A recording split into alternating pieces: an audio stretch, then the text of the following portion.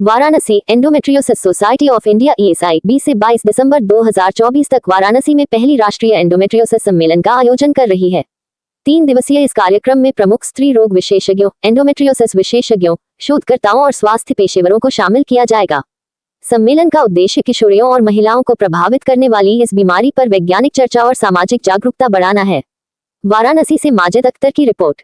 कहाँ पे होगा और डेलीगेट्स कितने आ रहे हैं कहाँ से? अप्रॉक्सीमेटली 400 डेलीगेट होंगे जैसा हम लोग को अनुमान है, और हमारे डेलीगेट्स ऑल ओवर इंडिया से आ रहे हैं और हमारे नेशनल और इंटरनेशनल स्पीकर्स आ रहे हैं, जिनमें से 4 लोग तो इंटरनेशनल हैं, बाकी लोगों का लाइव वीडियो कास्ट होगा जो क्लास में होगा, और नेशनल तो ऑल ओवर इंडिया से आ ही रहे हैं। करीबन 20 लोग नेशनल हमारे स्पीकर्स हैं जो हम लोग को दिखाएंगे, और डॉक्टर श्रीमान दयालु Mishra ji, I think PhD हैं, डॉक्टर हैं, आयुष के राज्य मंत्री हैं, वो हमारा इसका चीफ गेस्ट हैं, और डॉक्टर सीमा द्विवेदी जी जो हमारी राज्यसभा स्पीकर हैं, वो हमारी गेस्ट ऑफ ऑनर है। मैम, काशी में इस तरह का पहली बार ये हो रहा है जी, इससे पहले नहीं ये बीमारी ही पूरे नेशन में, नॉट ओनली काशी,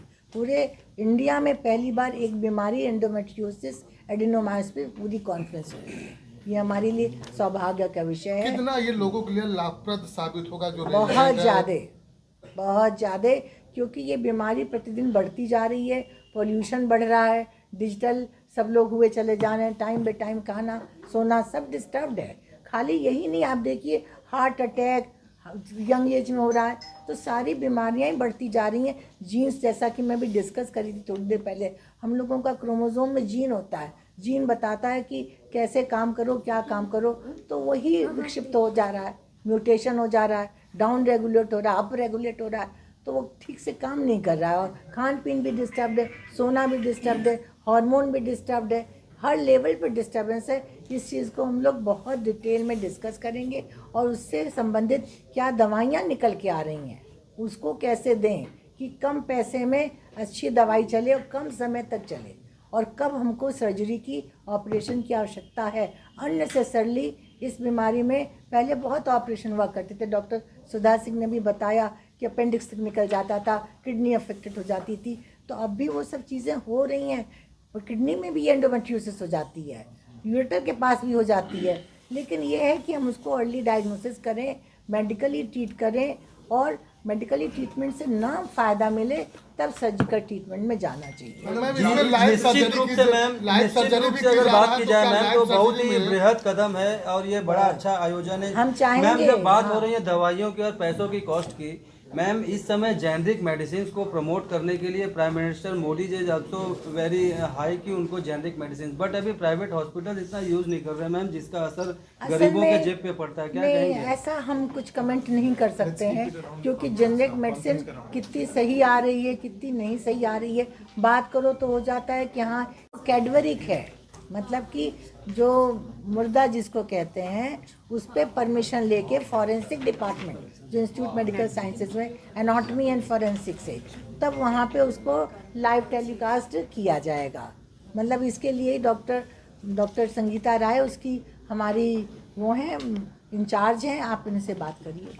मैडम, ग्रामीण क्षेत्र की महिलाएं नहीं पढ़ती हैं, अब उतनी आज के दौर में हमारी बेटियां, हमारी बहू और हमारी कम आते थे। दूसरी चीज़ कि हमारी जो माताएं थी, हमारी माता भी, उनकी माता भी, तो उस जमाने में लड़की 12-13 साल की हुई नहीं कि उसकी शादी कर दी जाती थी, इवन उसको महीना शुरू भी नहीं हुआ उसकी शादी कर दी जाती थी, तो उससे उसको यातनाएं भी बहुत भोगनी पड़ती। तो हर 2 साल पे एक बच्चा प्रोलैप्स हो गया। लेकिन अब क्या है कि हमारी जागरूकता बढ़ी है कि हम देर से शादी हो रही है, हम ही लोग की जितनी बहनें हैं, बेटी हैं, आप देखते होंगे 22-25 साल की होनी, शादी नहीं तय हो रही है, सबके मासिक बंद होने वाली अवस्था तक ये बीमारी बहुत ही आगे बढ़ती है।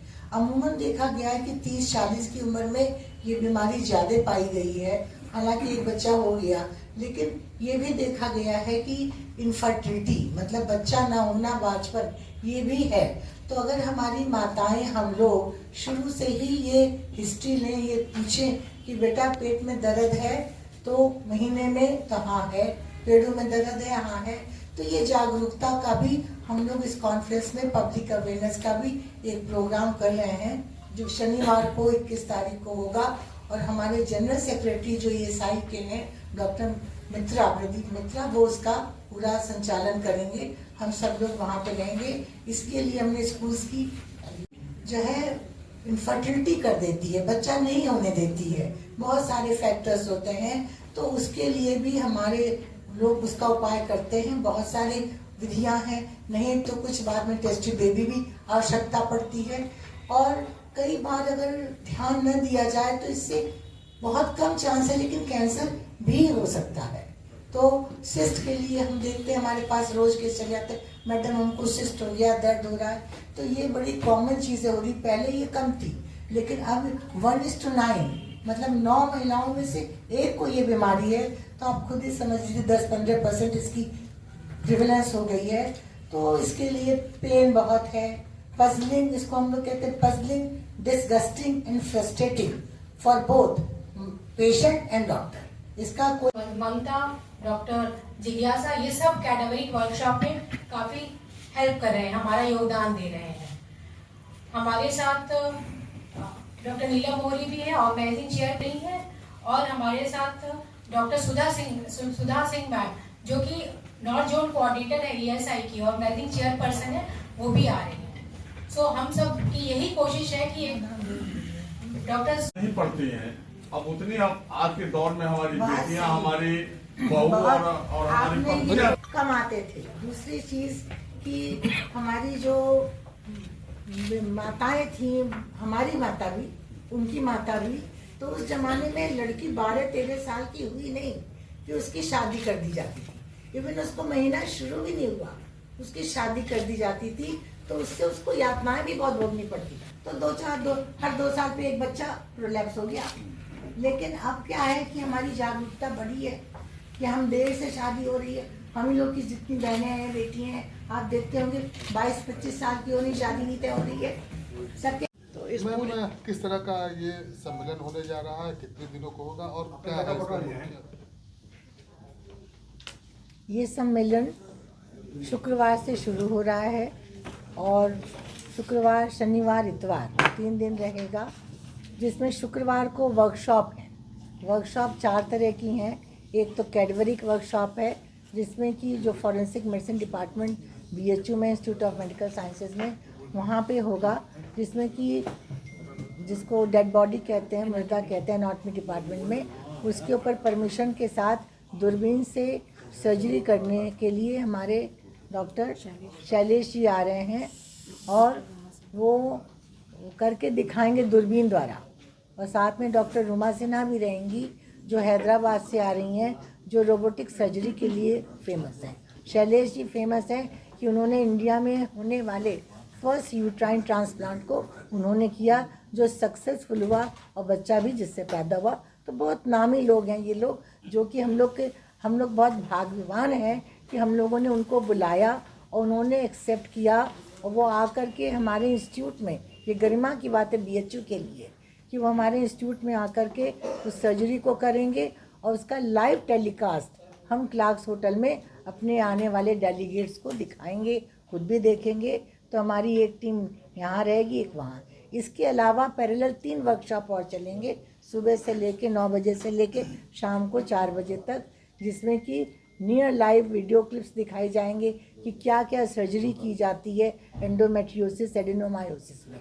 दूसरा, इमेजिंग अल्ट्रासाउंड द्वारा, MRI द्वारा इस बीमारी के बारे में कैसे पता किया जाता है, उसका वर्कशॉप एक अलग चल रहा होगा।